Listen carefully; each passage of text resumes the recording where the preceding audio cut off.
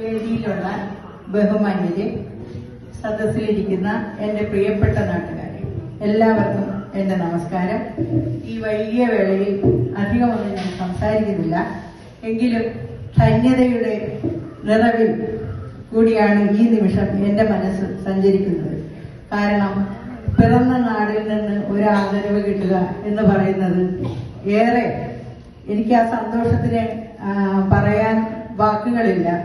എത്രമാത്രമാണ് അതിന്റെ അളവെന്ന് പറയാൻ അറിയില്ല.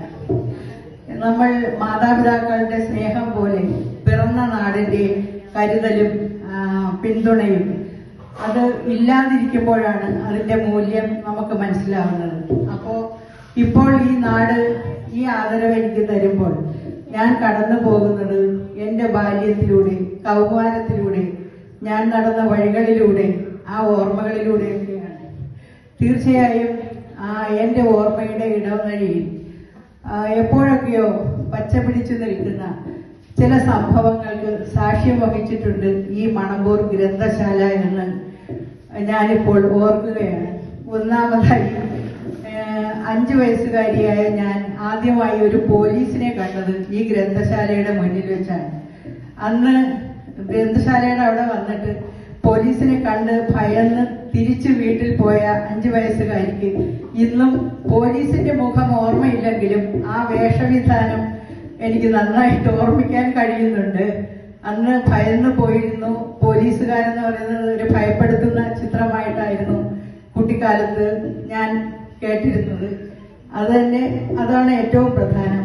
രണ്ടാമത്, എൻ്റെ ജീവിതത്തിലെ ഞാൻ ആദ്യമായി എഴുതിയ പുസ്തകം ഭാഗ്യവശാൽ ഏതൊക്കെയോ വഴിത്തിരിവുകളിലൂടെ മനഃപൂർവ്വമായിട്ട് ഇവിടെ പ്രകാശനം ചെയ്യണമെന്ന് സത്യത്തിൽ ഞാൻ വിചാരിച്ചത് ആയിരുന്നില്ല.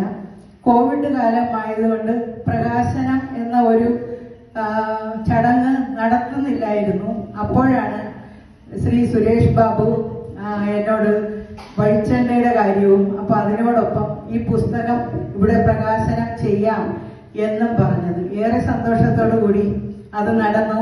അതും ഒരു വലിയ നിമിത്തമായി അല്ലെങ്കിൽ ഭാഗ്യമായി ഞാൻ കരുതുന്നു. പിന്നെ മറ്റൊന്ന് വളരെ രസകരമായ ഒരു കാര്യമാണ്. ഇവിടെ സിനി മാം പറഞ്ഞതുപോലെ ചുവന്ന റോസാപ്പൂവ് പ്രണയത്തിന്റെ അടയാളമാണെന്ന് തിരിച്ചറിയാനാവാത്ത പ്രായത്തിൽ ഒരു 6ാം ക്ലാസ്സുകാരിക്ക് ഒരു ചുവന്ന ഡിക്ഷണറിയുടെ അകത്ത് പ്രണയലേഖനം എന്നൊന്നും പറഞ്ഞുകൂടാ, ഒരു പ്രണയ വരി എന്നെ ഇഷ്ടമല്ലേ എന്നാണ് അതിൽ എഴുതിയിരുന്നത്. അത് പ്രണയവരിയാണെന്ന് പോലും അറിയില്ല. ഒരു കോളേജിൽ പഠിക്കുന്ന പയ്യൻ തന്നതും ഈ ഗ്രന്ഥശാലയുടെ മുന്നിൽ വെച്ചായിരുന്നു. അത് ഞാനിവിടെ ഓർക്കുന്നു. അങ്ങനെ എന്റെ ജീവിതത്തിൽ കുറെ സംഭവങ്ങൾ, ജീവിതത്തിന്റെ വഴികളിൽ പച്ച പിടിച്ചു നിൽക്കുന്ന ഒരുപാട്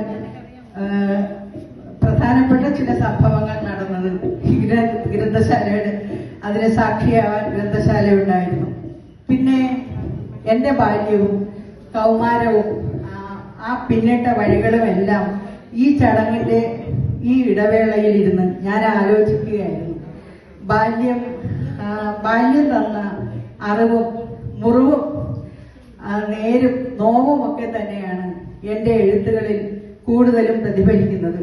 കാരണം ബാല്യത്തിൽ എനിക്ക് ഏറ്റവും വലിയ നഷ്ടമായിട്ട് എൻ്റെ അച്ഛൻ എനിക്ക് നഷ്ടപ്പെട്ട് ഇവിടെ ഇരിക്കുന്ന കുറെ പേർക്കെങ്കിലും അതറിയാമായിരിക്കും.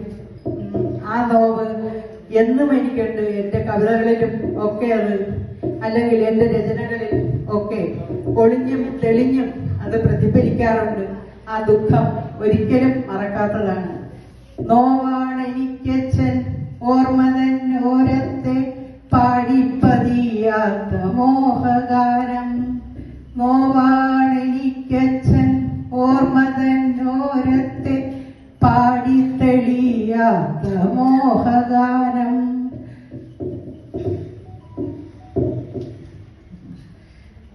കുഞ്ഞോകരങ്ങൾ ഗ്രഹിക്കാതെ എന്തേ യവനികയ്ക്കുള്ളിൽ മറഞ്ഞിരുന്നു. കുഞ്ഞോകരങ്ങൾ ഗ്രഹിക്കാതെ എന്തേ യവനികയ്ക്കുള്ളിൽ മറഞ്ഞിരുന്നു. 1000 വട്ടം ഞാൻ ചോദിച്ചിട്ടുള്ള ഒരു ചോദ്യമാണ്. എന്റെ ചെറിയ കൈകൾ പിടിക്കാതെ കവരികയ്ക്കുള്ളിൽ മറഞ്ഞു പോയത് എന്തേ. അങ്ങനെ തന്നെ എൻ്റെ ബാല്യവും എൻ്റെ കൗമാരവും എൻ്റെ നാടും എൻ്റെ നാട്ടുകാരും ഒക്കെ എൻ്റെ എഴുത്തിൽ പലയിടത്തും, അതാരെങ്കിലും വായിച്ചിട്ടുണ്ടെങ്കിൽ ഒരുപക്ഷെ മനസ്സിലാവും, നാട് അത്രമാത്രം എൻ്റെ ഹൃദയത്തെ സ്പർശിച്ചിരുന്നു എന്നുള്ളതാണ്. ഇവിടെ രമ ചേച്ചി എന്നെ പരിചയപ്പെടുത്തിയപ്പോൾ ഞാൻ എഴുതിയ എൻ്റെ ഗ്രാമം എന്ന കവിതയുടെ അവസാന ഭാഗം അതിമനോഹരമായി ചൊല്ലി. ഞാൻ അത്രയ്ക്ക് മനോഹരമല്ലാതെ അതിൻ്റെ ആദ്യ ഭാഗം എൻ്റെ പ്രിയപ്പെട്ട നാട്ടുകാർക്ക് വേണ്ടി സ്നേഹത്തോടെ ഞാനൊന്ന് ചൊല്ലുകയാണ്. എൻ്റെ ഗ്രാമം. ഒരു പകൽ സ്വപ്നത്തിനാലസ്യവും പേറി മിഴികളും പൂട്ടിയിരുന്ന നേരം, ഒരു കൊയ്ത്തുപാട്ടിന്റെ ഈണവും മൂളി ചെറുതെന്നലൊന്നു വിരുന്നു വന്നു.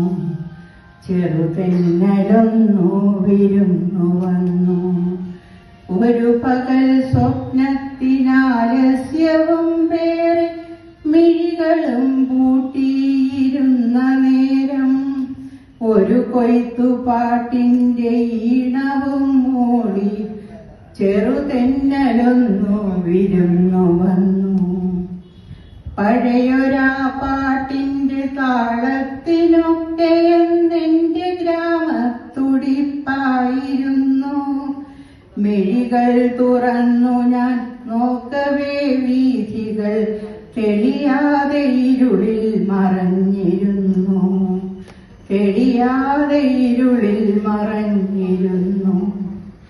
ഓർമ്മകൾ കത്തിച്ച കൈവിളക്കേന്തി ഞാൻ ഗ്രാമത്തിലേക്കൊരു യാത്ര പോയി. വയലേല പിന്നിട്ടു കാവിൻ പുറം താണ്ടി ചെറുപാതയോരം നടന്നു നീങ്ങി. വയലേല പിന്നിട്ടു കാവിൻ പുറം താണ്ടി ചെറുപാതയോരം നടന്നു നീങ്ങി. ചിതലരിച്ചിടാത്ത എൻ ബാല്യ കൗമാര സ്വപ്നങ്ങൾക്കൊക്കെയും ചിറകു വന്നു. അന്നെന്റെ സ്വപ്നത്തിൽ ഞാൻ കണ്ട നഗരത്തിൻ ഊഷ്മള ഭാവങ്ങൾ നുകരുമ്പോഴും, എൻ പ്രിയ ഗ്രാമമേ നീയാണ് സുന്ദരി, നിൻമടി തട്ടിയിലുറങ്ങിടട്ടെ, നിന്റെ ശ്വാസത്തിൽ ലയിച്ചിടട്ടെ. ഇനി എനിക്ക് നന്ദി വാക്ക് പറയാനുള്ളത്, എന്നെ എഴുത്തിന്റെ വഴിയിൽ പ്രോത്സാഹനവുമായി ഞങ്ങൾ ഈ സാംസ്കാരിക സംഘടന കൂടെയുണ്ടെന്ന് സന്ദേശത്തിലൂടെ എന്നെ അറിയിച്ച ശ്രീ സുരേഷ് ബാബു, പിന്നെ തുടർ കാര്യങ്ങൾ പറഞ്ഞ രാജേഷ്, എന്നെ ഇവിടെ പരിചയപ്പെടുത്തിയ രമ ചേച്ചി, എന്നെ ഇവിടെ ആദരിക്കാനെത്തിയ സിനി മാം, അങ്ങനെ എല്ലാവരും, പിന്നെ ഗ്രന്ഥശാലയുടെ എല്ലാ അംഗങ്ങൾക്കും എന്റെ നന്ദി അറിയിക്കുന്നു. അതിലെല്ലാം ഉപരി എന്നെ കാണാനും എന്നെ കേൾക്കാനുമായി ഇവിടെ എത്തിയ എന്റെ പ്രിയപ്പെട്ട നാട്ടുകാരോട് എന്റെ അകമഴിഞ്ഞ സ്നേഹം, ഹൃദയംഗമമായ സ്നേഹം ഞാൻ അറിയിക്കുന്നു. നന്ദി.